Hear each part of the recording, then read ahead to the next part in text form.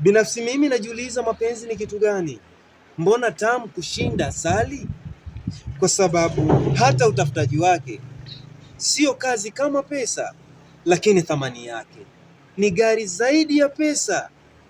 Hakuna anayetafuta mapenzi kunogesha pesa. Wengi vijana hutafuta pesa kunogesha mapenzi, kunogesha wapendo wao, kunogesha utamu wao. Na hapo ndipo napata ile taswira ya kitabu cha zamani kinachomhusu Samson na Delila. Samsoni alipouza utu wake, alipouza uhai wake na kusahau maneno yote aliyomzuia Muumba. Vipi mimi na wewe leo? Wewe ni nani? Ukiulizwa nani kasema maneno haya, basi mwambie ni Waroke, mjukuu wa Deseke. Sijui umenielewa?